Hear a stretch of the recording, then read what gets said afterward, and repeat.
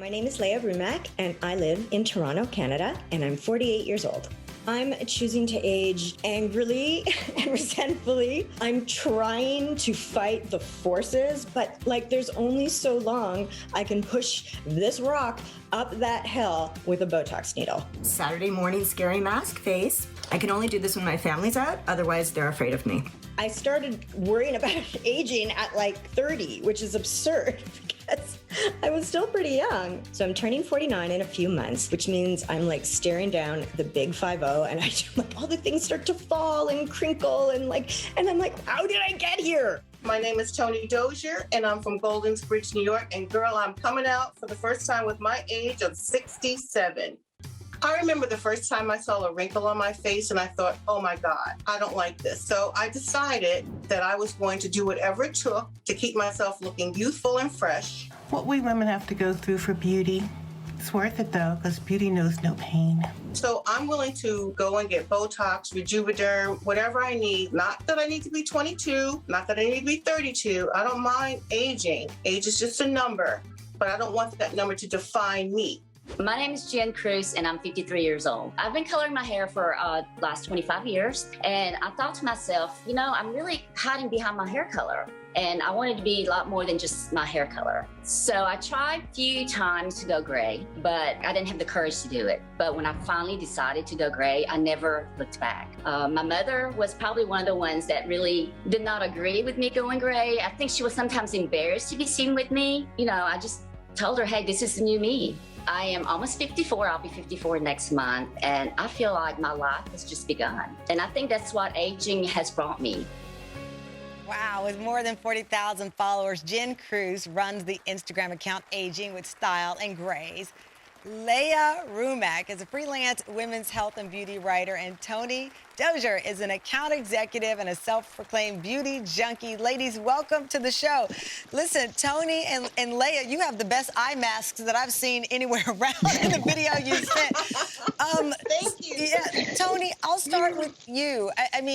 So when someone asks, how old are you hesitant to give the number, or you embrace saying it because you've put in the work to, I guess, defy it? Well, first of all, I just want you to know I love you. Thank you. But I'm going to tell you, I'm coming out on your show because I never say the number because people defy you by your number. You're defined by your number, excuse me. So I never say the age. So I am actually been a person who has been so, scared to say because of judgment. So I never said the number. So now I'm saying it on your show for the first time. And how old are you? 67. I just had a birthday 2 weeks ago, so I'm 67. Will there be people surprised to hear that you're 67? Have you been always just hiding it or not answering it? I think I've been hiding it, and I just feel like I don't like the fact that the number defines you. When people hear that number, they put you in a bracket. And I don't like that. I want people to talk to me, look at me, see my personality, and not think about the number. But that number, even when you have a birthday, you got to remember, as we're born, singing happy birthday. What's the song? How old are you now? Ever since we were little, this has been drummed into us. So, no, I think the number is just discriminatory. I don't like saying it, but I'm saying it to you today because I'm feeling so much better about myself. Because you are in a safe zone here. We're just talking about. Leah, you said, I think it's funny, that you are choosing to age angrily. What do you mean by that? Yeah, I'm against it. I want to skip this ad. Next. I just, it sort of seems unfair. You're I had so many choices, but I have no choice here. It just keeps going. That train, it goes. You're oh God. I'm still going to the next stop. But you're 48. What does that mean when you're, I'm 50. What does 48 mean to you that makes you want to not embrace it? Well, it's weird because, you do have 50 staring down at you. And I've been saying to myself, I'm 50 for a while because I'm turning 49 at the end of August. And so I'm almost there. And I feel like it will be less shocking when I'm there. But you're wait, wasn't I the young one in the room? When did this happen? Time just went by and you're oh my God. So I think it's weird to be entering another decade. Jen, I'll bring you in. First of all, your hair is striking, so I'm sure it sets off a number of conversations about age. But you struck a nerve with me when you talked about your mother and her feedback on your hair going gray. My mother is the reason why I still wear mini skirts, because she's like, "Put it, you've got great legs. Put on a mini." She wants me to look younger, I think, than my age by my wardrobe. It is an interesting dynamic how much of this we get from our mothers. Right, right. Yes. She is 82 and she still colors her hair. And, I've encouraged her. I said, hey, why don't you just let it go? And she's like, no, no way. But as far as my clothing goes, whenever I'm with her and if I'm wearing like a pair of cut off blue jean shorts or even a pair of blue jeans that's got some tear on it or whatever, she will kind of, ask me, are you going to wear that out? Like she wants me to change. So she wants me to dress my age, I guess. She wants you to dress your age, but color your hair. Do you think it makes you look older than 53? I don't think that it makes me older. Maybe I may look my age, but, I'm trying to age my way, I guess. I'm trying to be the best version of me and not try to look 10 or 20 years younger than I am, because I think that just takes too much energy and stress. Leah, you talked about the pressure of Botox Zoom Boom. Honestly, I had not heard of this, and then my team gave me all this information where people were saying they felt compelled because we're looking at ourselves all the time.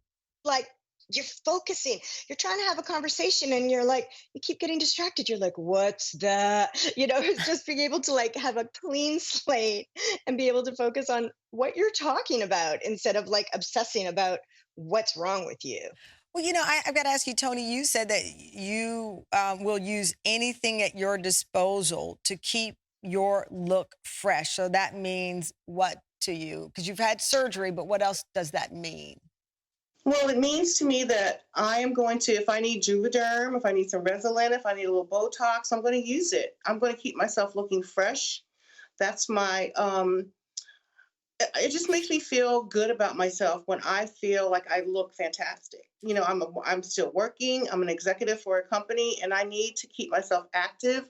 So I really feel like I'm willing to do whatever it takes to keep myself competitive in the world for me. Yeah. Just for me, not for anyone else, but to make me feel good about myself. I'm willing to do it. Are any of you can raise your hands, worried about age discrimination, whether it's in your profession and like you are, Leah, worried about it in what way? Well, I have been a writer in publishing for most of my life, but I've been trying to make the transition into TV writing. And one of the first pieces of advice I got, even though I've had a long career and lots of experience in publishing, they were like, maybe you should take the year of your graduation off your LinkedIn. Wow. And I did. And, people have said to me, like, someone said to me, don't tell anyone how old I am. Like, she's a writer for like a teen show. She was like, I don't want people to know how old I am because it's like a very young industry. So there's definitely pressure that way for sure. I mean, men, as they age, they are considered more authoritative and experienced, and women are considered over. Yeah, well, that's how I feel anyway. Jen, has there been any advice or anything that you've seen that helped you embrace aging in this modern conversation that we're having? Just be who you are and just embrace who you are.